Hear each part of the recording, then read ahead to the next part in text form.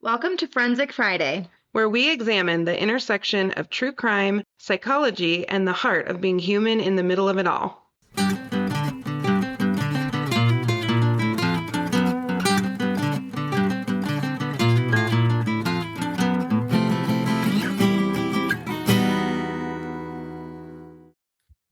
So, you guys, I'm sitting here talking to Natalie after a long day, and my left shoulder starts hurting. Oh my gosh. And she and I like to play doctor detective with each other. So Mm-hmm. it's like, is it an embolism or did I stub my toe? Like, we just try to figure things out. I'm like, is it a heart attack? Is it a heart attack? I think Garrett walked in, we asked him, and he like put his thumb on a knot in my back, and I could feel it go down my arm. I'm like, oh, maybe my muscles are just tight. Yeah. It might be that, you know? I I used to be really bad at doing WebMD, Yes. and then I always thought I was dying. So then Yeah, I just assume I know. So that was me with you just now, is I'm your WebMD. you are my WebMD. We Googled it, we consulted Mm-hmm. with authority, and we were wrong. With Google. But I think one of the things that has been hard with you on maternity leave Mm-hmm. is I don't have my good trusted buddy in there with me handling all of the day-to-day business. So we figured we're going to cover the anatomy of trust. Yes. So Oh, you can hey. find your trusted buddies or evaluate your trusted buddies and see if they're really as trustworthy as you think they are. I think that's huge. I can vouch for Nat. She is a trusted buddy.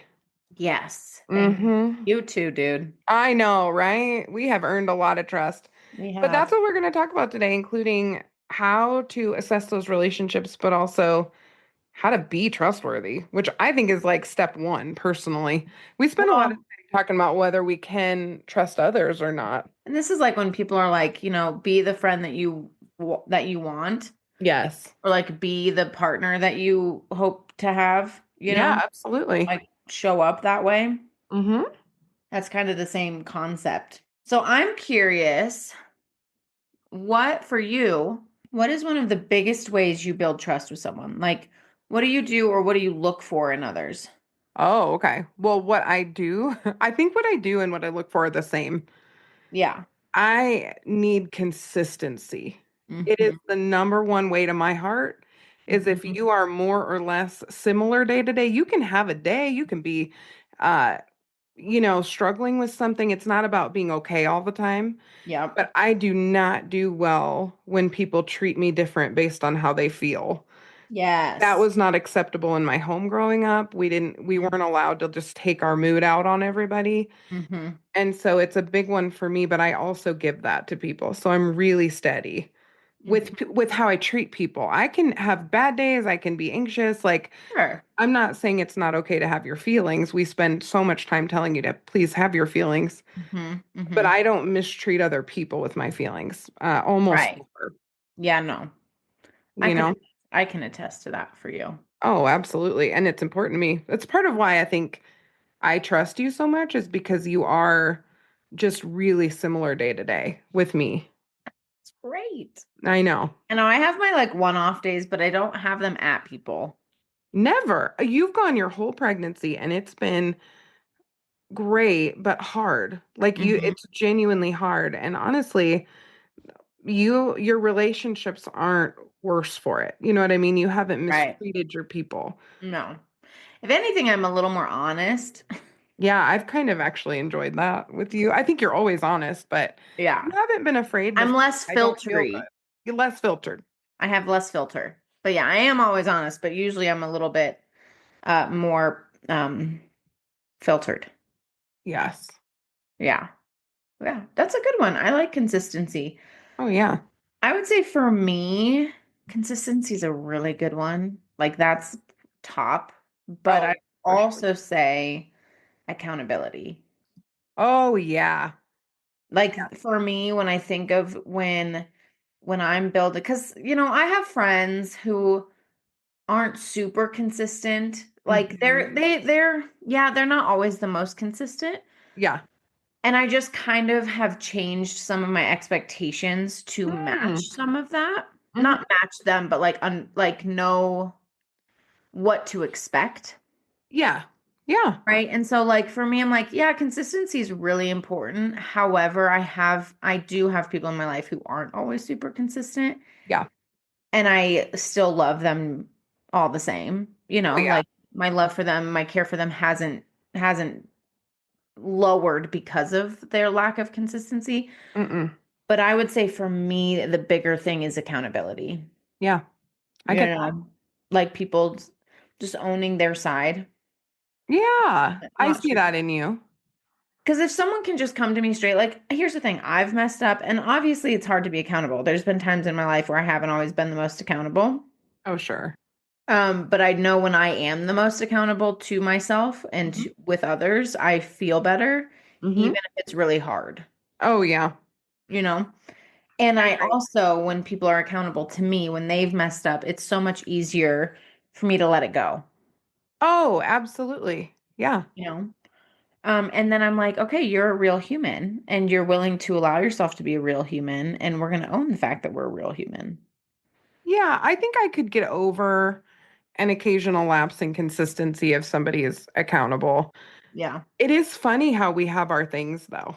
What do you mean? Because, well, what I mean is we all put a different emphasis on different things. So Uh-huh. accountability is huge for me, Uh-huh. but I wouldn't rank it my number one, even though it's super important for me. I would Hmm. say consistent. If you are not consistent with me, I don't bother with you, Yeah. truly. Yeah. However, accountability is super important too, and I will work with people in my life Yeah. to a degree. Whereas for you, I think consistency is important, but accountability is probably the number one. It is. And so, but I think that's kind of great. I think we all are wired the way we're wired. Yeah. And the great thing about the anatomy of trust is it breaks it down in a way that we can talk about it because Yeah. that's true for all of us. We all have aspects of trust we're great at, Yeah. aspects of trust we maybe struggle with. And then Yeah. also, everybody prioritizes things differently. Yeah. So you just have to Absolutely. like know yourself. Absolutely. Well, and that's the self-awareness piece that we always talk about. Hmm. Really quickly, just so we don't have like copyright issues or Oh, absolutely. Yeah. whatever, the anatomy of trust isn't something that Janine and I have made up.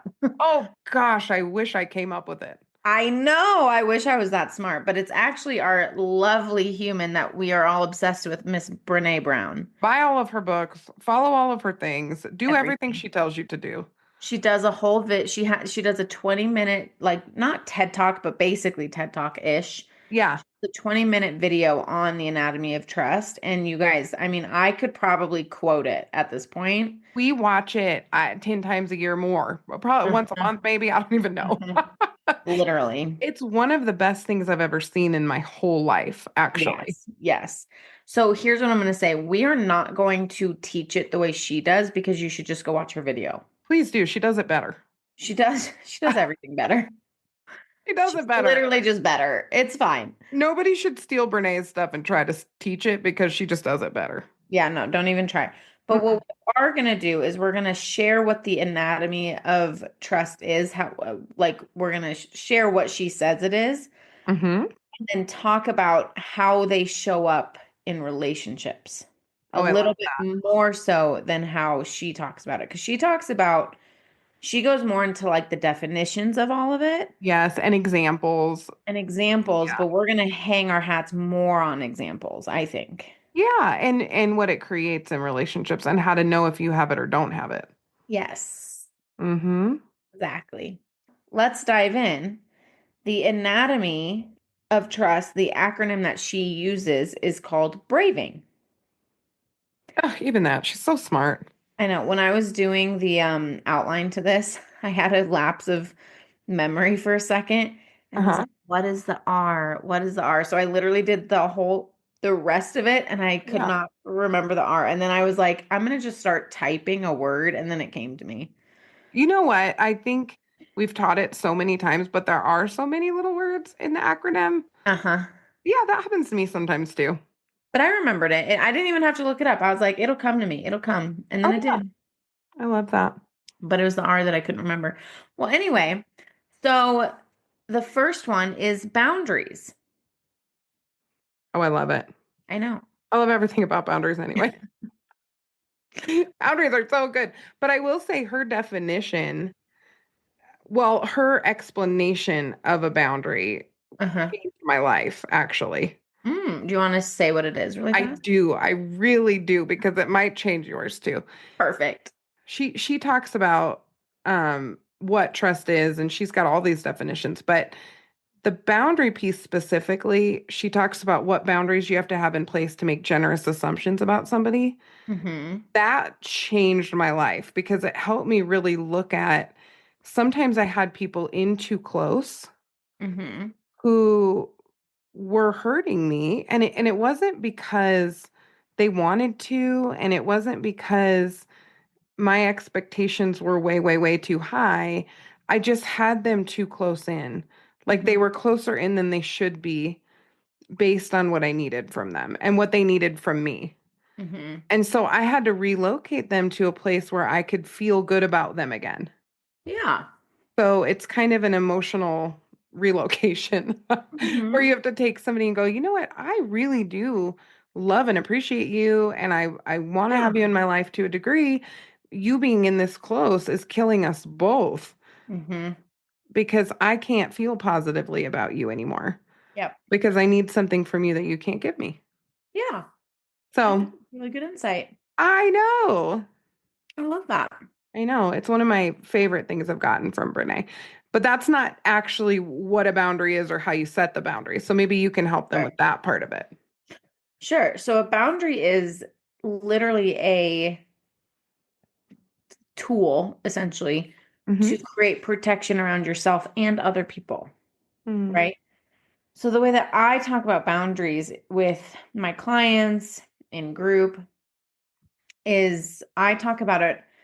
I talk about boundaries like being a fence around our house, right? So if I have a porous boundary, I know porous means like whole, like holy, like a sponge kind of, Mm-hmm. but go with me because I'm not going to talk about a sponge. Yeah. But a porous boundary to me is like hanging a sheet around my house as Yeah. a fence. So it's there, you can see the boundary, but you can push right through it, Mm-hmm. right? A rigid boundary is like having a prison wall around your house. Nothing's getting in, nothing's getting out. It's very rigid, Yeah. right? And then a healthy boundary is like having a 10-foot wood sturdy fence Love with that. a door that has a latch on the inside. So I get to choose when my boundary is going to be more flexible and when it's not going to be more flexible. Yeah. The first two are based on fear.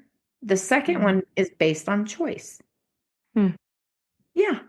I So love it. that's how I view boundaries, right? So when I get to set a boundary, it's basically saying, "Hey, I'm going to keep my door more closed because I want to protect both me and you." Mm. Right? Because if I leave it open with this dynamic or whatever, Yes. then I'm not doing either one of us a favor. Well, and that's the generous assumption piece in action, right? Is okay, if I close the store, or Mm-hmm. maybe I don't open it as often or Mm-hmm. as far, Mm-hmm. then I'm not going to be upset with you, and you're not going to be able to affect me in a way where we come at each other. Like that's literally what happens Yes. when boundaries get crossed. Well, and I'm setting the expectation. Yes. So if I set the boundary, I'm saying, hey, here's the expectation. Here's the boundary. Here's the other thing, you guys, I have to communicate boundaries. This is Oh what yeah. drives me nuts sometimes, Yeah. is I'll have group members where they're like, well, I had this boundary. And I'm like, but did they know about the boundary? And they're like, well, no, it's just assumed. I'm like, well, why is it assumed? That's crazy. They should just know. They should just know. No, That's I have more a to woman thing than a communicate. man thing, I will say. Yes. I have to create the boundary, then I have to say what the boundary is so I can set your expectation Right. of what this needs to look like so that when I hold the boundary, Yeah. you're not surprised. That's the Totally. protection of them, Yeah. right? I am protecting some of your emotions by setting the boundaries so I can help you have realistic expectations of me. Yeah. So I don't disappoint you and Yes, you don't disappoint and hurt me, right? correct. Yes. Correct. What do you do though, Nat, if those boundaries don't line up? So let's say you communicate them and the Hmm. other person is like, no, like that's not what I want. I want something different. What do you Hmm. do? Well, you keep your boundary Why? because I'm still needing to protect myself, Yeah. right? So I'm still going to say, hey, I totally understand that. Mm-hmm. And and this is what I need. And this is how this is going to go for me. And if you can't respect that, then Mm-hmm. this won't work. This relationship won't work. This friendship won't work, Yeah. And right? sometimes they're like permanent and sometimes it's for a season, Yeah. Yeah. So if somebody's not accepting your boundary, Mhm. you may just need to explain to them, hey, this is just where I'm at right now. Yes. I may not always feel exactly like this, but right now this is where I'm at. And that's okay. Hmm. That's okay. Yeah. The second one is reliability, which lines up, in my opinion, with consistency for you. Yeah. Oh, 100%. So the way Brené Brown explains this in her TED Talk, in her video, is she says, a valid scale is going to tell you the accurate amount. A reliable scale is going to tell you the same weight over and over and over again. Yep. Right? So it's that consistency. If I say I'm going to Yeah. do the thing, I'm going to do the thing, Yes. right? If you say you're going to do the thing, you're going to do the thing, Yes. right? Yes. Every single time I say that, I'm going to do the thing, right? I'm going to be reliable. You are going to be reliable, Yes. right? So I think, again, this is one of the closest ones to what you said in relation to Hmm. consistency. Hmm. So why do you think, Janine, this is so important for trust?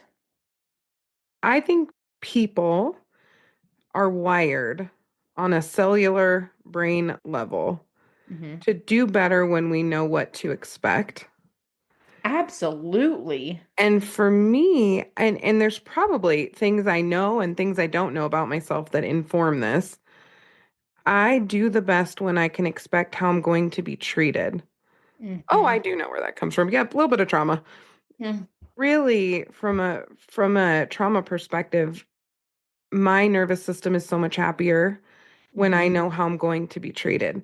I'm not always perfectly reliable about showing up on time, remembering to do every single little thing. I'm juggling a lot like everybody else. I probably do disappoint people in that. But when it comes specifically to how I treat people, I'm exceptionally reliable. Hmm. And sometimes because of that, my expectations can be too high for other Hmm. people. This is one of the things that I have to keep an eye on because That's it's fair. extraordinarily important to me because of my own junk, Yeah. right? Yeah. And I don't want the people in my life to live in fear of disappointing me or having a day. Hmm. Hmm. But when I Hmm. look at my relationships, the times that I've really come for somebody, it's been because of a gap in how they've treated me. It's the Hmm. thing that will like Hmm. make me come unglued, you know? Yeah. That's why we need therapy because those things matter to us. I should have Yep. an appropriate expectation of reliability. It's okay to have that Yep. expectation. Yep. If there's a ton of force behind it, there's probably a story there for me. Yes. You know what's really funny as you're saying that? I have the opposite reaction. Mm-hmm. So I expect this is so terrible. I probably shouldn't say this on this, but here Mm-hmm. we go. Full send. Full send. We're being a little vulnerable today. Yeah. I expect people to not be reliable. Oh, I hate that for you. I 100% expect people to not be reliable. Mm. Um, because then I don't have expectations. You won't get disappointed because you'll Exactly. expect to be disappointed. Exactly. Which goes with the cycle of defenses, which is a whole nother topic that I will teach someday. So what do you do with somebody like me then who is super reliable? I'm not great at all of these things, but I am reliable. Yes. I still, and this is with all my friends, all my closest friends, Mm-hmm. it's with everybody. I still go to, well, they'll probably disappoint me. Mm. I know, it's terrible. Well, no, I and mean, not necessarily though, because I'm thinking about they're both fear informed, which is so interesting. Mine Mhm. is fear based, and I don't want to be in relationships with people who are on and off. It makes me Mhm. nuts. I'd rather you just leave me alone. Mhm. Yours is I'm afraid of being disappointed, so I'm going to assume I will be disappointed because Yeah. I don't want to be surprised by it necessarily. And it helps me not keep, that's a weird way to put it. It helps me to not get mad at people. So maybe I need to do what you do. I Adjust my mean, expectations. yeah, but we don't need to like full swing it, you know? Mm-mm. Well, I couldn't if I tried. It No. is embedded in me. Mm-hmm. It really is. But Mm-hmm. I do think there is something to be said for adjusting expectations to avoid reactivity, which is what you're talking about. And I'm here for that. I think that's smart. Mm-hmm. Yep. I do Yes, know and you do get irritated though when people are not reliable. yeah, I do get irritated. Everybody does. Yeah. I mean, it's not that it's not irritating, Right. but I don't base my friendships on it. However, I do base opinions on it. Mm. Opinions. So I'll still be friends with someone or I'll still be close with someone, but Yeah, my opinion has now shifted. that makes sense. Yeah. It's That not makes always sense good to me. though. It's not always good. Not always good. The third one is my favorite, accountability. Is your favorite? I know. I know. Here's the thing. If you just own the thing, just own the thing. I love that. I love this about you. Thanks. I try really hard. I know I haven't always been the most accountable to things in the past. Nobody is perfect about it. No. But in the last couple years, especially probably like 4 to 5 years, I have really leaned into this because Mm-hmm. I think accountability is, at least historically for me, it was one of the harder things. So, one of the things that I used to struggle with, this is a question that actually I'm going to ask this later. But I will say I used to struggle with accountability because I used to struggle with the concept of people pleasing. Mm. And so I'd make up excuses all the time as to like why I did the thing or why I showed up Oh, yeah. late So your or yes wasn't yes and your no wasn't no. You were always kind of a maybe slash yes. yeah, I was always a yes. Always a yes. Yeah. And I like, in the past I've like done stupid stuff, Mm. Or I've said stupid stuff and then I'm like, yeah, but I was, I wasn't in the right mind or I was struggling or whatever. And now I'm like, no, I said the thing and it was shitty I love, and I it love that sucked, so much. I really do. and people say, okay, but like, why'd you do it? And I'll say, well, I wasn't in the best headspace, but that's no excuse as to why I said the thing. Well, and here's the beautiful thing about accountable people. Being friends with people who are accountable will make you more accountable. Hmm. Well, there's room. We leave There's room. room for it. Yeah, it's like an invitation. Yes. Like I can be a human being and say, yeah, I messed up. I love that. I screwed up. And here we are. And it's And not you relationship ending, typically, if typically, there's and if it is, accountability. like that's the risk, right? Right, right. But here's the thing. I think it's some actions can be relationship ending regardless. And Hmm. I would still rather be accountable to it at this point, I get that. right? Does that make sense? That makes total sense. What do you think about accountability? I think it's hard. I think I've struggled with this over the years. I think I and a lot of people, especially we live in a really defensive society Mhm. because we're insecure and we don't have the things that we need from an attachment perspective. Anyway, I could go on and on. I know. But the accountability piece, I think a lot of us have rejection sensitivity.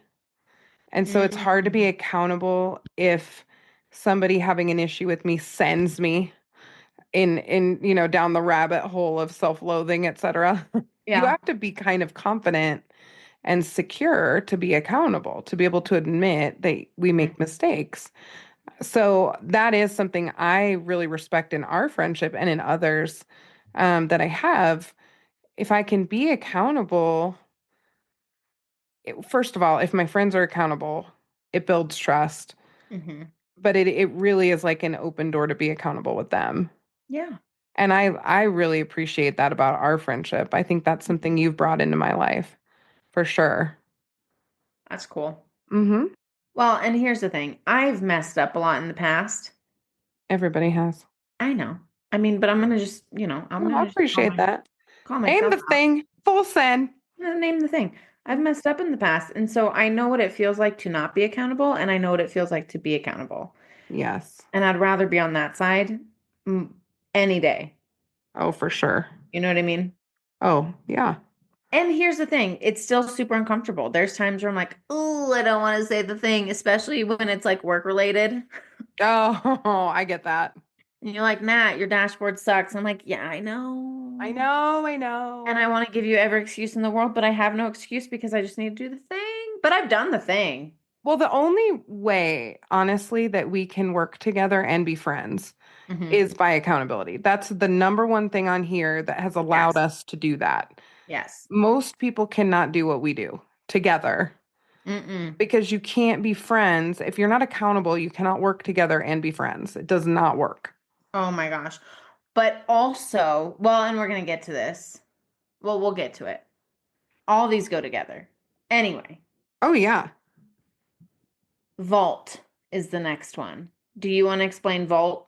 Oh, I love the vault. I know. Vault means well, it's kind of two parts. Number one, I keep things that are shared with me confidential in the vault, and Hmm. I don't expose people's information, and they can trust me to, Hmm. honor things about their life and not share them, and certainly not gossip about them. Yes. The other part of the vault, and this is my favorite part of the vault, is I'm not going to let other people talk about my people either. So like if you're in my life, you cannot like shit talk for lack of a better way to say it. You can't shit talk people in my life. I just don't do that. Now, Hmm. that being said, if I'm problem solving something with somebody, I can give somebody a little bit of room to talk, but I'm going to Yeah. have an expectation that they're going to have a conversation. Yes. That creates a ton of safety. And Nat and I've worked together for a really long time. We're on a team now. There's a ton Hmm. of transition happening. The vault piece is really, really important, Hmm. you Hmm. know? So that's the vault. The vault is I keep things confidential. I'm not a gossip, and I don't contribute and participate in really negative um, conversations about people that I care about. Correct. Correct. I Mhm. agree with that. Well, and it goes with like what she talks about, like common enemy intimacy, Yes, right? That's like one of her famous quotes with the vault is, I love that. if we're going to be talking crap, we are now connected through common enemy intimacy. Yes. So, and that's a terrible way to be connected to someone because now I'm stuck in a cycle of all I'm going to do with this person is talk crap. That's right. It's not built on anything real. No, and it's terrible. I think women struggle with this pretty historically more than men. Well, it's the tea. It's like the thing, Yes. and it starts really young. Mm-hmm. It starts really young that girls get together and they talk about other girls, and it's you're in or you're out, and Mm-hmm. I know all this stuff. It's also like mutually assured destruction. Mm-hmm. Like when you're a teenager, like I know your stuff, you know my stuff. Like we're not going to tell anybody anything. But the truth is, there's usually a lot happening behind the scenes. Yeah. I did have exceptional friends. I know you still have friends from when you were growing up, but I really had great friends from like middle school on. Mm-hmm. So I didn't have to deal with a ton of this ugliness. Mm-hmm. Even in elementary school, I did have to deal with some of this stuff though. It's Yep. ugly. Yep. No, I know it is ugly. I would love to say that my friends did not engage in this growing up, but they 1000% did, and we all own it. But I was actually in my friend group like the nerd, not even nerdy. I was just like the geeky one. Like I was like the little one, and I was kind of the one that everyone picked on. And now, and the vault back then was terrible, but now, we all laugh about it and it's Oh fine. yeah. But it does start young. Starts super young. I know. The next one is integrity. Do you remember Mm, how she defines integrity? yes, doing what's right over what's fast, fun, or easy. Uh-huh. And oh, I think the second part is Choosing courage over comfort. choosing courage over comfort. Yep. Yep. And she talks about doing what's right even when no one's watching. Because a lot of people can do the right thing when they're being monitored or they're Yeah. performing. But do you do the right thing when no one's watching? And actually, I think in my life, it's when it doesn't even really matter, Yeah. right? Like I could get away with something or Yep. whatever. Does it really matter? Exactly. Ooh, integrity. Integrity, it's tough. It's one of our core values at the center. Well, it is. And I actually really, it has taken me some time to get used to that because Uh-huh. not everywhere I've worked has valued that the same way. Just I'm talking even in high school when I work places. Oh yeah. It's not always, it actually is rarely Yeah. the value of a place that you work. Yes. But I will say that is something that I've seen where I work and I'm so proud of the culture we have because of it. Yeah. I'd agree with that. Mm-hmm. 100%. Non-judgment. Oh, Nat, tell them about non-judgment. This one's tough Uh-huh. because we make judgments so quickly, and I am so guilty of it. Ooh, same. I am so guilty. I can just make a snap judgment and I'm like, "Oh, that's that there's that, you Mhm. know?" Ooh, tell them how you really feel. Mm-hmm. Well, it's like when I told one of our groups that one time when I flipped someone off on the road, Yes. that was a judgment moment Oh, for sure. for me, a quick judgment.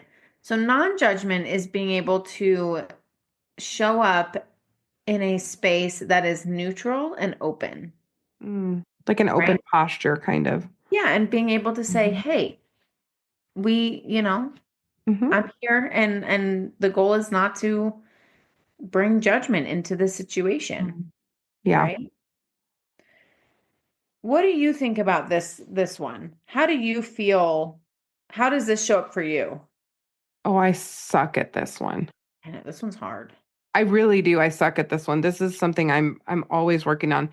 I am not judgmental when it comes to my clinical work at all. No, correct. Yeah. I am terribly judgmental at times when it comes to people close to me. Hmm. And again, I think for me, this is where my protective Hmm. nature comes out. It's reliability in this one where it's like, I want to see you coming. I Yeah. don't want to be surprised. And Yeah. so the snap judgment isn't about demonizing a person. I don't do that kind of judgment. This is No. like, mm, I knew you were this kind of person. I had a feeling you would do this. I had a Hmm. feeling this is what would happen. Hmm. Um, and then having a negative feeling about somebody who may have just made an honest mistake, probably did. Yeah. I've got you in camp persona non grata for doing something that I don't, Yeah. you know. Well, that and non like being judgmental in that way that you're talking about, because I'm the same way. I think it doesn't leave any room Mm-mm. for curiosity No, that's right.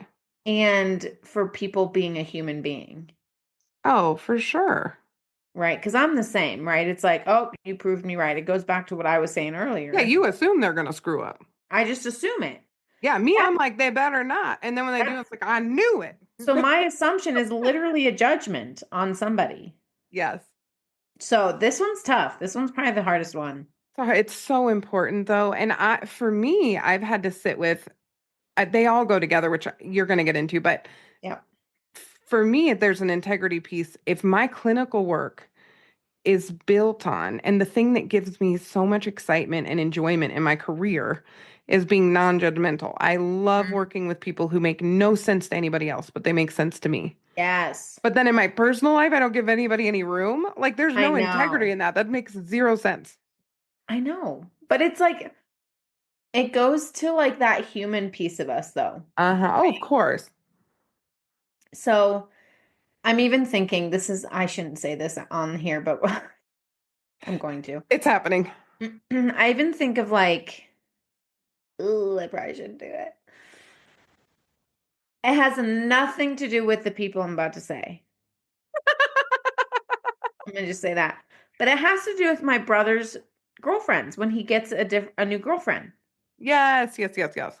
right? So it's like a protection. Sometimes we judge to protect ourselves Mm. instead of showing up in an open posture.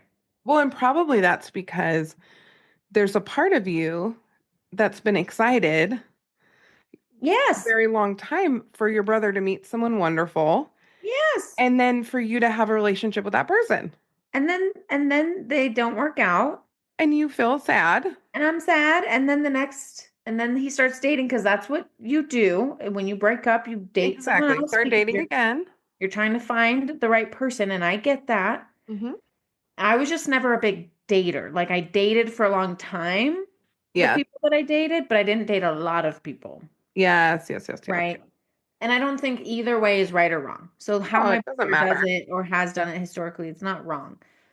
But you build an attachment and then I feel bad, right? Because then I feel like, sometimes who he's seeing might feel like I'm judging them because I'm not as open. Yeah, you may not be as warm or accepting in the beginning because Yes, you're protecting yourself. that's not great.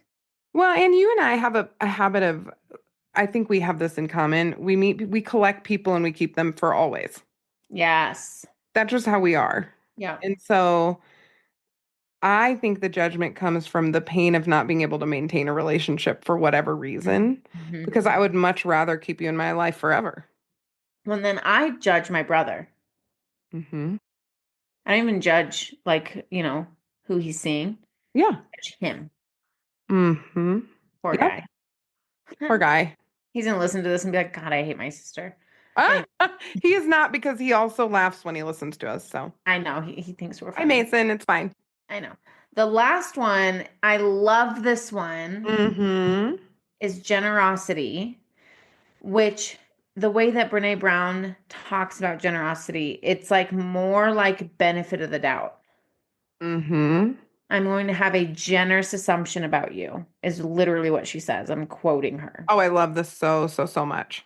right? This, I mean, this ties it all together. Hmm. And I don't know if she like purposely put these in an order. She probably did. Everything she does is I so know genius. everything has like purpose. Yes.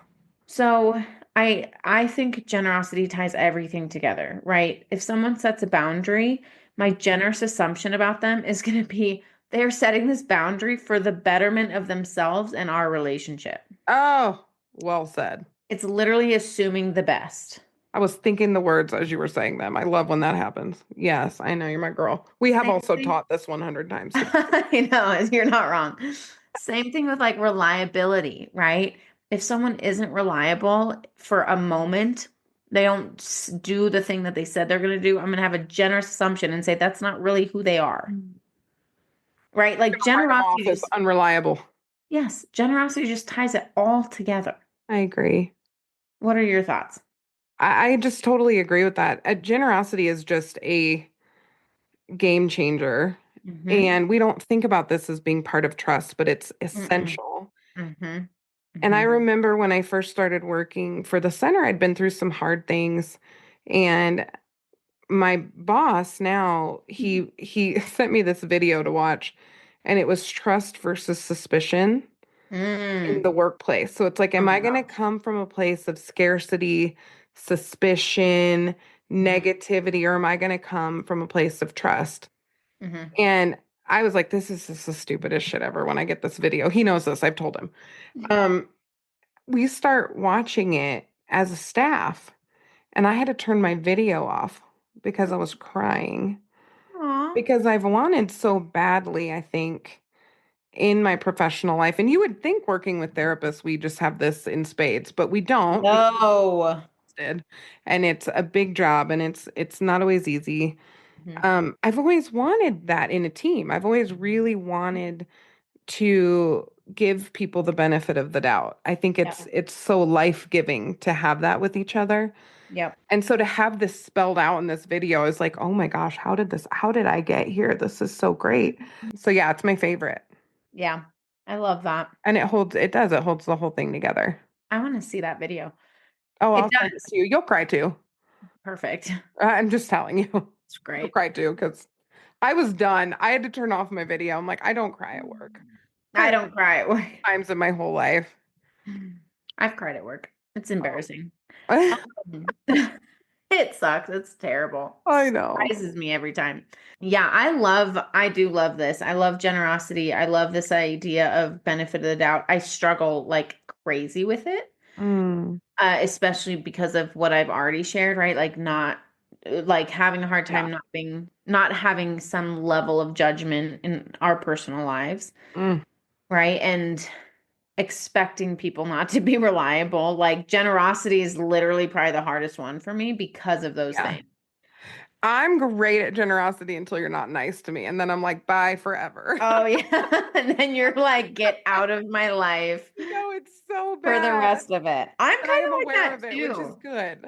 I think you have more of that than I Oh, I'm way more. I think I am the positivity police. I really can be annoyingly do. Uh-huh. positive about people and give benefit of the doubt. Uh-huh. But if you come at me sideways, not on accident, Mm-hmm.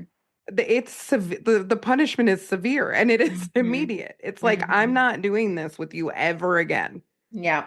You know? I'm I like think that that's harder too. on people though. I do. Then I run in a little quicker Yeah. in terms of trusting somebody, I think. But then Oh, I slam the door a little harder yeah. on the way out. And I think that you are a little bit slower in and slower out. And I actually kind of like that about you. Yeah, but when you're out, it's like no one gets back in. Yeah, that's kind of true for me too. Like Mhm. I am slower to trust Yes. and it takes a little bit longer for people to get cut Yes. off, but once you're cut off, like it's done. Yeah. Yeah. I see that. You know what I mean? Oh, yeah. I think you tend to be a little bit more gracious than I me and try. I have worked on this really hard, but I will tell you, my instinct is like, I won't even have the conversation. I'm just done. yeah, And that's not fair. I've had to work really, really hard on that. that's fair. Yeah. Hmm. Yeah. Well, one of my questions that I listed is which one would you say you struggle with the most? Non-judgment. We've kind of talked about Well, this. rely. Oh, what I struggle to do, Like, yeah, what you struggle to do, how you struggle to non-judgment. show up. Okay. Not just 100%. I just know, and I really hate that because I think it's not we work so hard in therapy on congruence. We want the things in our life to make sense. It doesn't make sense that I can work so hard to understand the inner workings of people who've done terrible things. But then in my personal life, you step out of whack a little bit and I got a problem with you. So I have worked really hard on this. Like Nat and I are being vulnerable today in the hopes that you will also think about this in a vulnerable way. Yeah. But knowing yourself is powerful and you know yourself through therapy. That's really how that Yes. works, right? Well, and it's accountability. And it's accountability. I What know. about you? Which one do you struggle with the most of these? I would probably say, I want to say non-judgment, but I don't want to do the same one. So I'm going to go with generosity. Mm, I yes. think I struggle to have a generous assumption about people Mm-hmm. often. That's so fair. And it's weird because I think I can have it, but then the second someone does something that like kind of like what you're saying that steps out a little, then I'm like I'm suspicious now. Yes. Yes, yes, yes. I turn into suspicious, being suspicious of their actions, of their motives, of their intentions. Yes. Yep. And the reason that this is so important and I love that we're being a little more vulnerable today is just because it's incredibly human to struggle with this. Mhm. And we need therapy and we need honest relationships with other people to Mhm. be healthy, Mhm. you know? Yes, absolutely. What do you think are small steps that we can take towards building, like working on the ones that maybe we struggle with, or that our listeners can take steps towards on the ones they struggle with? I think non-judgment, I'm taking steps. And one of the things that I've been doing for years to challenge this is what Brené Brown has also trademark. Brené Brown, not copyright infringement. Um, the notion of having a shitty first draft, the thing Mm, that pops into my head is not the thing I want to run with. And yeah. so, one of the ways that I'm challenging judgment is being able to sit with something and go, what else could be happening besides where my brain wants to go? My brain Mm-hmm. wants to go to a protective place that rules you out forever to protect myself. If Mm-hmm. I sit with that for even 5 seconds, I can Mm-hmm. soften towards somebody and go, there's more going on. I can be curious, I can be generous. So for me, the small step is pausing, thinking more critically, and Yeah. challenging my, shitty first draft. My Yes, I love SFD. That's what they call it on Super Soul Sunday with Oprah. My SFD. I love that. It's so much. What about you? What are your small steps? I would say similarly, I what one of the things I really work on because I like no I like putting my cards on the table and I like when other people put their cards on the table. Yes. So I've been working on sharing what my first draft is. Mm, So basically like here's the narrative that I have and it's probably so false. yes, I love that. You know, like Mhm. I do this with a lot of my friends. I'll say, "Hey, this is, I actually called a friend. This was a few months ago. I called a friend. My feelings were really hurt because I felt like they just didn't care. I was whatever. It's silly. But I was like, we're in different life stages, so they just don't want to hang out, blah, blah, blah, blah, blah, blah, blah. Oh, for sure. And so I literally just called them and I said, this is the story that I'm telling myself. And I know that it's not true, but I got to get it out because if I don't get it out, then I'm going to build resentment. And I don't want to build resentment Yes. because Yep. you have no clue. You Like don't I'm even building, know what's happening. you don't even know that I'm upset. No. Right. And so that's one area that I'm working on having more generosity in my world is by sharing what my narrative is, but also recognizing my narrative's probably not true. Yes. Yes. You know? Oh, I love that. Nat, Yeah. this is so good. Thank you so much for sharing this with everybody. Yeah. I mean, we both love the anatomy of trust. So when you were like, hey, let's prep this, and I was like, cool, I'm still on maternity leave. I got it. I'm gonna prep it. Well, and it's fun for me because doing this with you today almost feels like we're running a group together, which makes me so happy because I miss I you. know. I know. Ah, I like kind of miss groups. I you Here's do. the thing though, I'm like newly on maternity leave, Yeah. so So we'll see how you feel in a while. we'll see. You know, I do like knowing what's going on, but of course, you're gonna have a little bit of FOMO. yeah. Well, especially with the people I've been working with for a little bit. Once they graduate and we have new people, I'm gonna be like, I don't know who that is. I don't care. Right, right, right. But now you're But invested. yeah. Yeah.